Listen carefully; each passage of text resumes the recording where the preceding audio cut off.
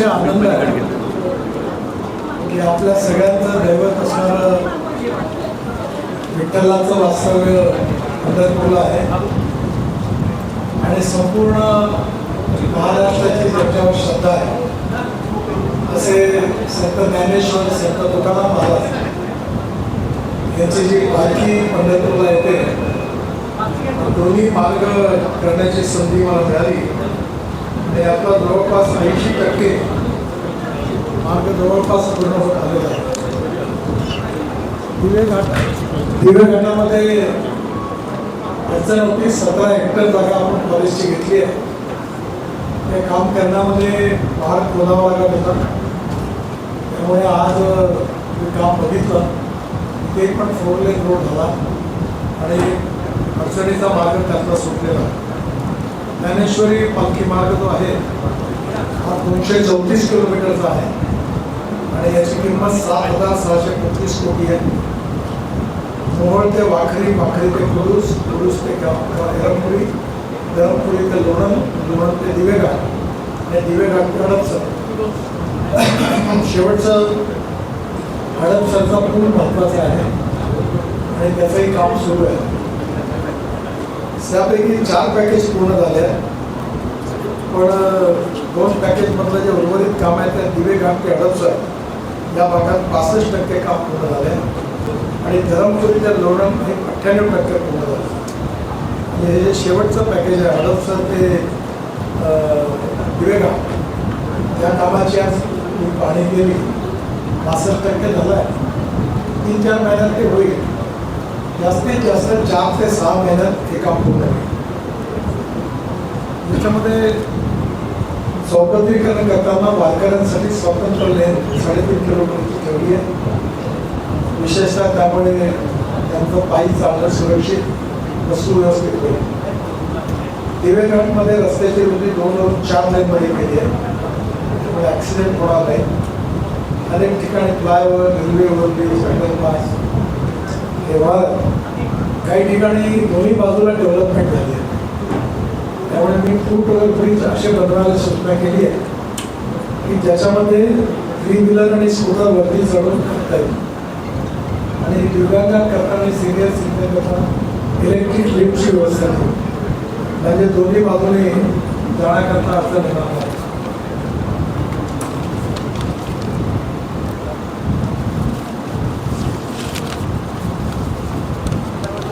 तुकाराम महाराज पालखी मार्ग हा जवळपास 130 किलोमीटरचा आहे, 4,416 कोटी.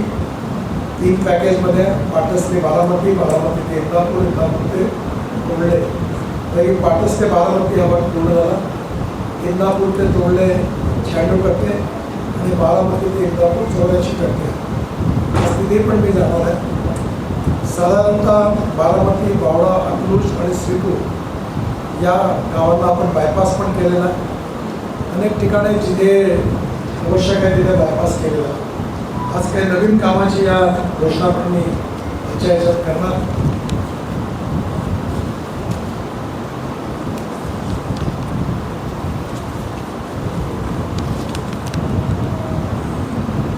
यामध्ये 46 तलाव आम्ही बांधले आहेत. 33.45 लक्ष टन माती म्हणून महामार्गाचा वापरासाठी आलेला आहे आणि 3,345 TCM क्युबिक मीटर एवढं पाणी स्टोरेज झालेलं आहे. शिवाय अमृत प्रकल्प आहे. मी पाण्यावर जास्त काम करत असतो. रस्ते बांधण्यापेक्षा मी शेती आणि पाणी याचं 90% काम करतो. मला 17 डिलीट डॉक्टरेट मिळालेलं आहे. त्यापैकी 7 doctorate and delete doctor conservation and agriculture. याच्यामध्ये पाण्याच्या कामाबरोबर 40,000 आम्ही झाडं लावलेली आहेत आणि ती विशेषतः ज्ञानेश्वर महाराजांनी त्या वृक्षवल्लीमध्ये जी नावं दिली ती शोधून ती लावलेली आहे. त्याच्याबरोबर 450 झाडं ट्रान्सप्लांट केलेली आहे. याच्यामध्ये एक आठवण मी करून देतो. स्वर्गीय अजितदादा पवार यांनी कान्हेरी गावाजवळ फॉरेस्टची जागा ते देत नव्हते तेव्हा त्यांनी कठोर निर्णय घेतला आणि आम्ही फॉरेस्टमध्ये घुसून मोठं वॉटर स्टोरेज बांधलं आहे. कॉन्क्रीटचा बंधारा आहे, बंड आहे आणि त्याच्यामुळे त्या भागात पाणी अडलं तोही त्यातलं एक आहे.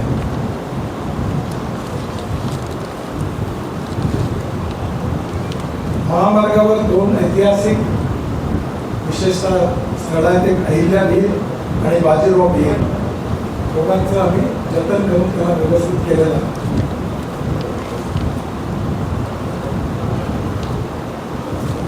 याच्यामध्ये एक इनोव्हेटिव्ह टेक्नॉलॉजी वापरलेली आहे. तुम्हाला माहिती आहे आपल्याकडे मेट्रोमध्ये आणि पुलामध्ये जे 2 पियर तयार होतात त्यातलं अंतर मॅक्झिमम 30 ते 40 किलोमीटर असतं. 2 पियरमधलं मीटर 30 ते 40 मीटर. पण आपण आता जे नवीन टेक्नॉलॉजी वापरली आहे त्याच्याकरता ते 120 मीटर, 100 ते 120 मीटर आपण ही मलेशियातून आणली. मी स्वतःच्या इंटरेस्ट घेतला. हा जो वरचा बिग कास्ट होतो त्यात लोखंड नाही आहे, स्टील फायबर आहे. त्यामुळे कॉन्क्रीटपेक्षा तो लोखंडापेक्षा चौपट मजबूत होतो. आणि याला UHPFRC म्हणजे ultra high performance fibre reinforce concrete असं म्हणतात. त्याचा वापर आपण केला आहे. आता पुण्यामध्ये आम्ही लवकरच या महिन्याभराच्या आतच 50,000 कोटी रुपयाचे 3 लेवलचे मोठे मोठे ब्रिजेसचं भूमिपूजन करणार आहे आणि एकाच पियरवर ते उभे राहतात. इथे पण त्या टेक्नॉलॉजीचा वापर केलेला आहे आणि स्टील आणि लोखंडी सळीच्या ऐवजी स्टील फायबर वापरले. त्यानंतर ज्ञानेश्वर पालखी मार्गावर 13 पुलाचं काम आहे. त्यातील टेक्नॉलॉजी पूर्ण वापरलेली आहे आणि विशेषतः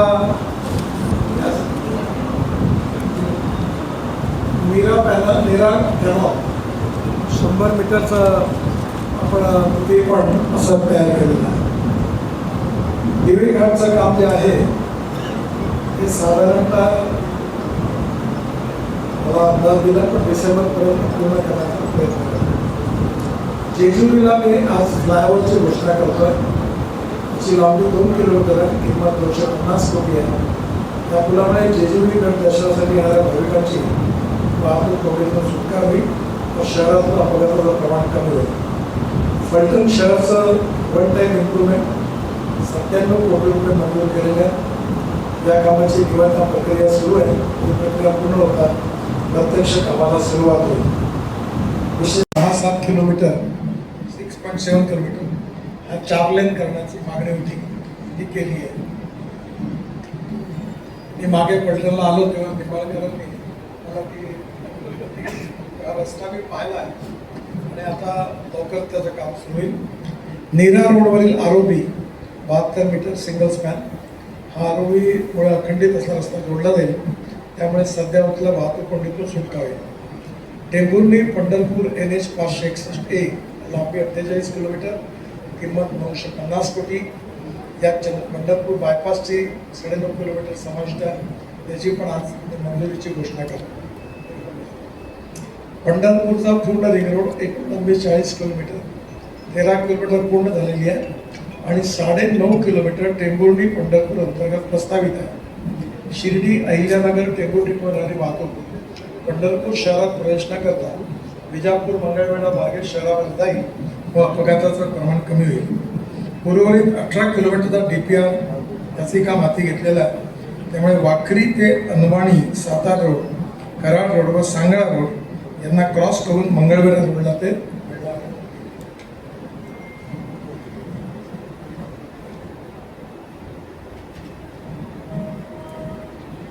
तोंडले या ठिकाणी दोन्ही पालखी मार्ग मिळतात. त्या ठिकाणी फ्लायओव्हर मांडायचं करायचे आदेश मी दिले. 100 कोटीचा त्याची पण मंजुरी मी घोषित करतो. साधारणतः या प्रकल्पामध्ये माझी सगळ्या जनप्रतिनिधींना, आमदार खासदारांना, एज्युकेशनल इन्स्टिट्यूशनला, NGOजला विनंती आहे की हा ग्रीन महामार्ग व्हावा आणि त्यामुळे आम्ही तर झाडं लावलीच आहे पण ती इटॅक पण झालेली आहे. त्याचं संगोपन करणार आणि नवीन झाडं लावण्यामध्ये आपण जर पुढाकार घेतला तर हा पूर्ण ग्रीन मार्ग झाला तर फार मोठं योगदान होणार आहे. तुम्हाला माहिती आहे की आपल्या सोसायटीचे 3 पिलर आहेत: इथिक्स, इकॉनॉमी, इकॉलॉजी आणि एन्व्हायरमेंट आणि पर्यावरण वाचवलं पाहिजे. मी स्वतः वारंवार या गोष्टीत कामही करतो आणि याच्यामध्ये तुम्हाला माहिती आहे की प्रदूषण ही समस्या फार गंभीर बनलेली आहे. मोठ्या शहरात तर खूप जास्त आहे. त्यामुळे येणाऱ्या काळामध्ये वृक्षारोपणाचा कार्यक्रम मोठ्या हातात घेणं. आमच्या रोडवर जर अशा संस्था आल्या इथे कदम आहेत, त्यांना तुम्ही कॉन्टॅक्ट करा. ती झाडाची आम्ही तुम्हाला परवानगी देऊ, तुम्ही लावा, मेंटेन करा आणि ती तुमची संस्थेने तेवढी लावली आहे अशी एक पाटी लावायची पण आम्ही परवानगी देऊ. आणि आपण याचं धार्मिक संस्थांनी पण पुढे यावं, ट्रस्टनी पुढे यावं आणि हा आपल्या सगळ्यांचा रोड आहे. हा चांगला झाला पाहिजे, अपघात न होता कामा नये कुठेही आणि आपल्या वारकऱ्यांबरोबर इथल्या जनतेलाही सुखद प्रवास झाला पाहिजे, सुसह्यता मिळाली पाहिजे. मला माहिती असेल आजकाल जगात सगळ्यात जास्त चर्चा सुरू आहे डोमेस्टिक हॅपी ह्युमन इंडेक्स, ज्याला सुखांक म्हणतात. आणि सुखांकाचा संबंध रोजगाराशी आहे, आर्थिक विकासाशी आहे, पण त्याचबरोबर रोटी, कपडा आणि मकानशी आहे आणि स्वास्थ्यविषयक सुविधांची आहे. आणि मग हळूहळू एक एक गोष्टीमध्ये आपण हे केलं तर याच्यातून लोकांचं जीवन सुसह्य होतं. मी विदर्भापुरतं आता 4 सेंटर, एक सुरू झालं MRI, CT स्कॅन. मी पाहिलं की गरीब लोकांजवळ MRI काढायला पैसे नाही. तर आम्ही 1200 रुपयात MRI करतो, 600 रुपयात CT स्कॅन करतो आणि 200 रुपयात पॅथॉलॉजीच्या सगळ्या टेस्ट करतो. हा 6-7 दिवस वेटिंग लिस्ट आहे. गरीब लोक दरवाजावर बिचारे उभे असतात. आणि कॅन्सरचे जे इंजेक्शन आहे ते 3.5 लाख 3 लाख किंमत आहे. गोळी जी आहे ती 1.5 लाखाची. खूप प्रयत्न केला आणि आता बांगलादेशला ते औषधं रॉयल्टी फ्री असल्यामुळे बांगलादेश सरकारशी बोलून हे औषधं हिंदुस्थानात आणून 1/3 प्राईसमध्ये गरीब लोकांना उपलब्ध करण्याचा प्रयत्न करतो आहे. त्यामुळे स्वास्थ्य, शिक्षण, सेवा, विकास याच्याबरोबर उत्तम इन्फ्रास्ट्रक्चर. आणि माझी आमदार साहेबांना विनंती आहे, मी एक स्मार्ट विलेज तयार करतो आहे. त्याचं काम सुरू होत आहे. 1000 घरात आणि 5,500 स्क्वेअर फूटचं घर 5 लाखात आयुष्यभर पाणी आणि वीज मोफत. ते योजना मी जरूर देईन. पण तुमच्याकडे पर कॅपिटा इन्कम आणि ग्रोथ चांगली असल्यामुळे सगळ्या गावात मला कॉन्क्रीटची गरज दिसली. चांगली गोष्ट आहे, कारण या ठिकाणची शेती पण चांगली आहे. हा जरी पालखी मार्ग धार्मिक उद्दिष्टाकरता असला तरी पर्यटन हे असं क्षेत्र आहे की ज्यातला 49% कॅपिटल इन्व्हेस्टमेंट एक्सपेंडिचर हा रोजगार निर्माण करण्याकरता खर्च होतो. आणि त्यामुळे या मार्गामुळे या भागात आर्थिक प्रगती आणि विकास पण होईल, उद्योग व्यापार पण वाढेल, लॉजिस्टिक कॉस्ट पण कमी होतील, शेतकऱ्यांचा माल पोर्टपर्यंत न्यायला सुविधा प्राप्त होईल आणि या सगळ्याचा मल्टिप्लाय बेनिफिट या भागाचा विकास होण्यामध्ये होईल. एकीकडे विठ्ठलाबद्दलची श्रद्धा म्हणून पंढरपूरलाही लोक येतील आणि जेवढे लोक जास्त येतील तेवढं रोजगार पण निर्माण होईल. कारण मी बद्रीनाथ, केदारनाथ, गंगोत्रीला एक केदारनाथला जोडणारी रोपवे करतो आहे. पहिले माझ्याकडे फाईल आली होती की रोपवे 5,000 कोटी सरकार खर्च करून बनतो. मी म्हणलं आपण प्रयत्न करून बघू. मी त्याचं कन्व्हर्शन BOTत केलं आणि सांगितलं की ही रोपवे तुम्हाला तुमच्याच पैशाने बांधायची आहे, आमच्या स्टँडर्ड्सप्रमाणे. तुम्ही आम्हाला रॉयल्टी किती द्या. तुम्हाला आश्चर्य वाटेल, रोपवे करण्याकरता 800 कोटी रुपये वर्षाची रॉयल्टी मिळणार आहे. म्हणजे खर्च तर काहीच नाही, पण 800 कोटी. याचा अर्थ पोटेन्शियल आहे. म्हणून आता सांगितलं यांना निंबाळकरांना की नगर परिषदेमध्ये आता हळूहळू पब्लिक प्रायव्हेट इन्व्हेस्टमेंट आला आणि नागपूर महापालिकेत आम्ही अशी खूप मार्केटमध्ये गेलो आणि त्यामुळे आपला गॅस जो आहे कचऱ्यापासून, अशा अनेक गोष्टी आहेत ज्यातून to save money is to earn money. तर या मार्गावरून या भागाचा, गावाचा विकास व्हावा ही जी इच्छा होती. आणि मला व्यक्तिगतरित्या खूप आनंद आणि समाधान आहे की माझी आई मृत्यू होण्यापूर्वी 6 महिने पंढरपूरला आली होती, इथून गाणगापूरला गेली होती आणि मरण्यापूर्वी मला म्हणाली, अरे नितीन किती खराब रस्ते, माझी पूर्ण पाठ खिळखिळी झाली. त्यावेळी गाणगापूरचा रस्ता 6 तास 7 तास लागायचे आणि तिचा मृत्यू झाला. मला आता आठवण झाली की आज ती नाही आहे, पण मी तिला कबूल केलं होतं की मला जर संधी मिळेल तर मी नक्की हे काम करीन. मी काही खूप मोठं काम नाही केलं, विठ्ठलाच्या आशीर्वादाने मला संधी मिळाली आणि खूप कामं मी अनेक टनेल रोड ब्रिजेस बांधले.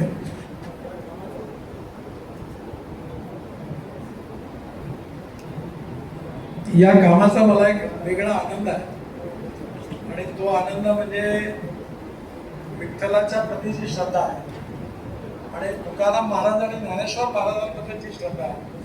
त्या दोन्ही याच्यातून या मार्ग पूर्ण होतो आहे. त्यामुळे तो कुठेही त्याच्यात त्रुटी राहू नये. त्यामध्ये क्वालिटी वाईज कॉम्प्लेक्स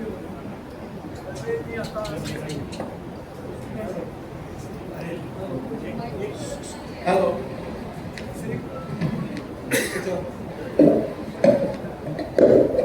क्वालिटीच्या बाबतीमध्ये भयंकर कडक. मी ठेकेदारांना सांगतो, खराब काम केलं तर तुम्हाला रगडल्याशिवाय राहणार नाही. आणि आता ब्लॅकलिस्टेड करणं आणि कंपन्यांच्या कॅरेक्टर जप्त करणं, त्यामुळे क्वालिटीशी कॉम्प्रोमाइज नाही करणार. ही जनतेची संपत्ती आहे, त्यामुळे या ठिकाणी श्रद्धाही आहे. त्यामुळे हा रस्ता परफेक्टली चांगला झाला पाहिजे अशी माझ्या मनातली इच्छा. त्यामुळे आता बारकावे भाग आज आणि उद्या मी या मार्गावरून जातो आहे. मला पुन्हा एकदा इथल्या जनतेला माझ्या खूप खूप शुभेच्छा. या कामामध्ये अनेक अडचणी आल्या, लँड ॲक्विजिशनच्या, फॉरेस्टच्या. इथल्या आमदार खासदारांनी, इथल्या जनतेने जे सहकार्य केलं त्याबद्दल खूप खूप धन्यवाद. आपल्या पत्रकार बंधूंचंही वेळोवेळी सहकार्य, आपल्यालाही खूप धन्यवाद. केवळ या विषयाशी संबंधित जर तुम्ही प्रश्न विचाराल तर त्याचं मी उत्तर देईल. तुम्ही एखादा नो भाव टाकला तर मी सोडतो. त्यामुळे तुम्ही मोजक्या हिंदी दिवे घाटाचं काम जे आहे ते गेल्या अनेक वर्षांपासून चालू आहे. काही चॅलेंजेस तिथे येत आहेत, काही चॅलेंजेस तिथे येतात का? कारण आता चॅलेंजेस काही नाही आहे. दिवे घाटच्या कामामध्ये 17 हेक्टर फॉरेस्ट आहे आणि त्याची परवानगीच अनेक वर्ष नाही झाली.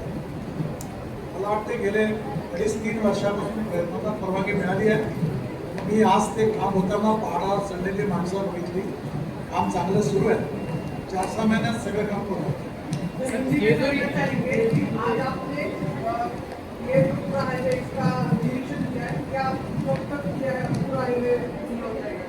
हाईवे 4-6 महीने में पूरा हो जाएगा. वैसे 80% से ज़्यादा काम पूरा हुआ है और मुझे लगता है कि अब इसमें कोई अड़चन नहीं. जेजुरी उड्डाणपुराची आपण आज घोषणा केली. जेजुरीचा 2 किलोमीटर नेमका कसा असेल? जुन्या मार्गावरून असणार आहे की नाही? याच मार्गावर असतो. 100 कोटी रुपयाचा राहणार आहे याच मार्गावर. या स्पॉट पण पाहिला. सर, ते फूट ओव्हरब्रिज तुम्ही मगाशी सांगितलं ते आवाज ऐकू. फूट ओव्हरब्रिज ज्या ठिकाणी मला निवेदनं मिळाली ती सगळी निवेदनं मी तपासणार आहे. बंद आवाज. ज्या ठिकाणी मला निवेदनं मिळाली एक अडचण आहे की ज्यावेळी रस्त्याचा DPR तयार झाला 4 वर्षापूर्वी, त्यावेळी रस्त्याच्या बाजूला एवढी डेव्हलपमेंट नव्हती. हा रस्ता बनत असताना रस्त्याच्या बाजूला मिसळ त्याची कमीत 12-15 फूट पाहिजे. अनेक मिसळी म्हणजे आता रस्त्याच्या बाजूला दुहेरी डेव्हलपमेंट होते. जेजुरीला बायपास करायचा आम्ही मंजूर केला. लोकांनी विरोध केला. काय हे जे व्यापारी आहेत त्यांची इच्छा असते की रोडवर पाणी बसावं आणि आपले लोकप्रतिनिधीला सपोर्ट करतो. पूर्ण शहर तोडलं. मी पण लोकसभा सदस्य, पूर्ण शहर तोडलं. माझी मतं वाढली, पण त्यावेळी ते विरोध केल्यामुळे ते प्रकरण बारगळलं. म्हणून आता उड्डाणपूर झालं. दोन्ही पालखी मार्ग सुंदर केले. थोडंपर्यंत एकच असं चांगलं झालं. पण आता अशी टीम आहे की सोलापूरचे पुढे हा महामार्ग सध्या आहे तो कधी त्याचं सध्या तो ILFS कडे आहे. त्यामुळे त्याचं ट्रॅफिक किती आहे बहुतेक जाणलेलं आहे. पण मी तुम्हाला मगाशी एक गोष्ट पुन्हा तुम्हाला सांगतो की उत्तरेतून दक्षिणेत जाण्याकरता म्हणजे दिल्ली, उत्तराखंड, हिमाचल, पंजाब, काश्मीर इथून मद्रास, हैदराबादला जायचं असेल दक्षिणे तर मार्ग होता मुंबई, पुणे, कोल्हापूर, सोलापूर हे द्वार होते. आता ही बंद होणार आहे. कारण आता सुरतलाच थांबून आपण सुरत ते नाशिक, नाशिक ते अहमदनगर, अहमदनगर ते सोलापूर, सोलापूर ते कर्नूल, कर्नूल ते कन्याकुमारी, चेन्नई, बेंगलोर, हैदराबाद आणि सगळ्या दक्षिणात तिकडे जोडणार आहे. आणि चेन्नई ते दिल्ली डिस्टन्स 320 किलोमीटर कमी होणार आहे. त्यामुळे बंगलोर आणि चेन्नईचा जो ट्रॅफिक आहे तो आता सुरतहून वळणार असल्यामुळे तुमच्याकडलं ट्रॅफिक पुष्कळपणे 40-50% कमी होईल सोलापूरचा आणि कोल्हापूर. सर या पालखी मार्गावर जो आता तुम्ही दुसरं, आता आम्ही मुंबईपासून बंगलोर 5-5.5 तासात हायवे बांधायला पहिलं पॅकेज टेंडर काढलं आहे. आणि तर त्यातला पुण्यापर्यंतचे 3 पॅकेज आता होतील आणि तुमच्या फलटणजवळून हा बंगलोरपर्यंत जाणार आहे.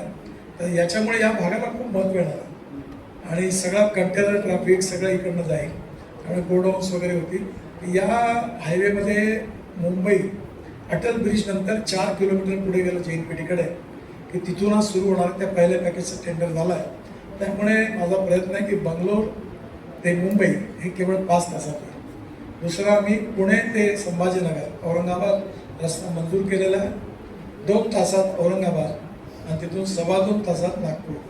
त्यामुळे 4.5 तासात पुणे नागपूर होईल असा प्रयत्न आहे. साहेब, सर, जुन्या आजच्या पालखी पालखी मार्गावर मार्गावर जे अनेक आज झाडं तुम्ही होते, पालखी त्यामुळे केलं. वारकऱ्यांना सावली होती, आराम विश्रांती करायला मिळायची. मात्र आता वृक्षतोड झालेली आहे.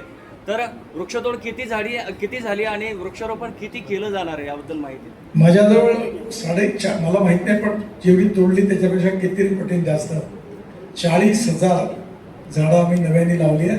त्याला टॅग केला आहे. 450-450 झाडं ट्रान्सप्लांट केली आहे. आणि म्हणून अजून जागा आहे. आपल्या सगळ्या संस्थांना मी मगाशी आवाहन केलं ह्या ग्रीन करण्याकरता तुम्ही मदत करा.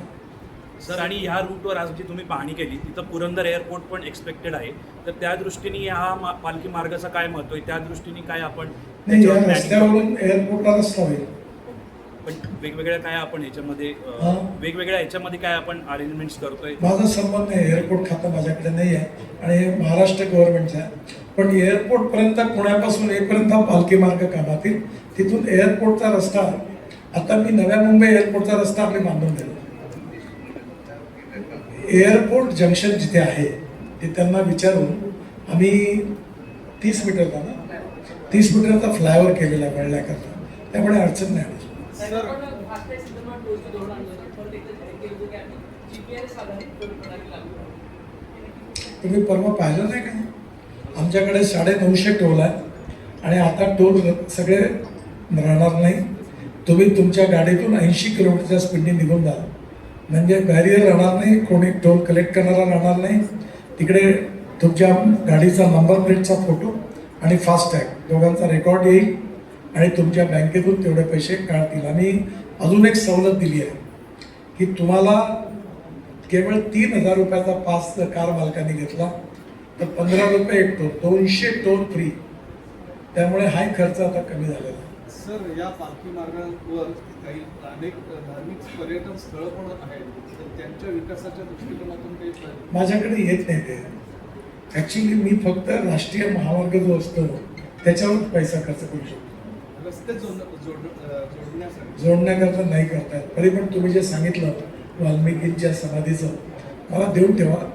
आपण काय करताय मी प्रयत्न करतो. सर, जेजुरीला जो टोल नाका बचतीची मांडणी करत होता, पंतप्रधान नरेंद्र मोदींनी पण परवा आवाहन केलंय जनतेला. तर तुम्ही सातत्याने इथेनॉलचा पण मुद्दा मांडत होतो. आता ते रिलिव्हंट वाटतं का? किती गरजेचं वाटतं त्याबद्दल? नाही, रिलेव्हंट ते तुम्ही ठरवा. बघा, या देशात 7% जनता ॲग्रिकल्चर, रूरल आणि ट्रायबल आहे. जल, जमीन, जंगल, जानवर आधारित टेक्नॉलॉजीचा विकास केला पाहिजे. आणि आजचं युग आहे ते नॉलेज ॲज ए पॉवर आहे. Innovation, entrepreneurship, science, technology, research skill and successful practices, we name it as knowledge and conversion of knowledge into wealth is the future. आता इथेनॉलवर मी 4 तारखेला मारुती सुझुकीची गाडी लॉन्च करणार आहे, पहिली 100% इथेनॉल. मी 1.5 वर्षापासून टोयॅटोची इनोवा इथेनॉलवरची गाडी वापरतो आणि पेट्रोलच्या तुलनेत ॲव्हरेजमध्ये तुलना केली भावामध्ये तेवढी तर माझा खर्च 25 रुपये लिटर पेट्रोलचा येतो. Import substitute cost effective pollution free indigenous. आता 20% इथेनॉल पेट्रोलमध्ये जातं. आता TVS, हिरो, होंडा यांच्या सगळ्या स्कूटर आणि मोटरसायकल, मीच ट्रान्सपोर्ट मंत्री आहे त्यामुळे अधिकृत सांगतो, या सगळ्या इथेनॉलवर 100% आल्या. मीच लॉन्च केल्या. इलेक्ट्रिक देशातली पहिली स्कूटर मीच सगळ्या लॉन्च केल्या. Electric car, electric truck, electric buses आणि आता हायड्रोजनची गाडी माझ्याकडे आहे. हायड्रोजनची गाडी जी आहे टोयॅटोची तिचं नाव आहे मिराई. मिराई जपानी वर्ड आहे. Mirai means future. आणि माझी कल्पना अशी आहे की या देशातला शेतकरी केवळ अन्नदाता नाही, ऊर्जादाता झाला पाहिजे, इंधनदाता झाला पाहिजे. आता 25 लोकांनी बायोमासपासून, परलीपासून डांबर बनवणारं पेटंट विकत घेतलं आहे सेंट्रल रिसर्च ऑर्गनायझेशन, म्हणजे डांबरदाता झाला. आता विमानाचं इंधन आपण तयार केलेलं आहे आणि त्याबरोबर हायड्रोजन तयार करतो आहे. म्हणजे येणाऱ्या काळामध्ये आता इथेनॉलपासून आयसोब्युटेनॉल तयार होत आहे. आयसोब्युटेनॉल जे आहे ते 15% डिझेलमध्ये टाकता येईल आणि माझ्याच हस्ते माझ्या आग्रह खात्यात किर्लोस्करनी आयसोब्युटेनॉलवर चालणारं जनरेटर आणि इथेनॉलवर चालणारं जनरेटर पुण्यात लॉन्च केलं. त्यामुळे येणाऱ्या काळात डिझेलचा अल्टरनेटिव्ह, इथेनॉल पेट्रोलचा अल्टरनेटिव्ह, त्यामुळे आपल्याला पेट्रोल डिझेल आणायची गरज पडणार नाही. आपण 22 लाख कोटी रुपयाचं फॉसिल फ्युल इम्पोर्ट करतो. Import substitute cost effective pollution free आणि इंडिजिनियस. आणि जी लिथियम आयन बॅटरी मी जेव्हा पहिली गाडी लॉन्च केली तिची किंमत $150 पर किलोवॅट पर आवर होती. ती आता $50 पर किलोवॅट पर आवर आहे. आता मी ॲग्रिकल्चरला सांगितलं सगळ्या ट्रॅक्टर मॅन्युफॅक्चरला तर तुम्ही तयार करा नाही ते Euro 6चे नाव लागेल. आणि मी असा दंडा लावला की आता सगळ्यांनी मला परवा आयशर कंपनीने CNG आणि डिझेलवर चालणारा फ्लेक्सचा ट्रॅक्टर मला दिला. माझ्याकडे इलेक्ट्रिकचा ट्रॅक्टर आहे. 60 एकर जमिनीमध्ये पूर्ण इरिगेशन आहे. 7.5 पॉवरचे 3 सोलर पंप आहे. ड्रोननी स्प्रेइंग करतो. इलेक्ट्रॉनिक बैलजोडी आहे.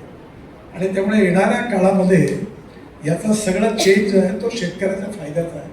आणि याच्याकडे शेतकरी आता आपल्या याच्यात केवळ मका, ज्वारी, कणे, साखर नाही तर आता इंधन तयार करणार, डांबर तयार करणार, हायड्रोजन तयार करणार. आणि हायड्रोजन हे फ्युएल आहे फ्युचर.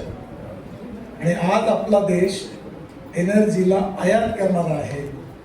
आजपर्यंत मी जे बोललो ते सगळं खरं झालेलं आहे. त्यामुळे मी सांगतो वेळ लागेल, आपला देश एनर्जीला निर्यात करण्यावाला बनेल. सर आज आपने बस से प्रवास किया. आपका प्रश्न खत्म हो गया. लास्ट क्वेश्चन सर एक क्वेश्चन सर सातारा ते पंढरपूरपर्यंत आपकी भी राजनीतिक पार्टी बन गई है. एक जन बात करें. सातारा ते पंढरपूरपर्यंत आपण एवढी सुविधा करतोय आता, परंतु वारकऱ्यामध्ये आता 2 गट पडली की काय अशी परिस्थिती निर्माण झाली. प्रतिगामी आणि पुरोगामी म्हणतायत, वारकऱ्यांमध्ये घुसखोरी केली असं म्हणतायत. यावर तुम्हाला काय वाटतं सर? असं तुमच्यासारखे विद्वान पत्रकार आहे ना, भाष्यकार. माझं एवढंच आहे, वारकरी आहे, डावे नाही उजवे नाही. आणि कोणाला काय करायचं त्याचा व्यक्तिगत प्रश्न आहे. याच्यात राजकारण आणता का? धन्यवाद. नमस्कार. सर शेवटचा प्रश्न सर. हां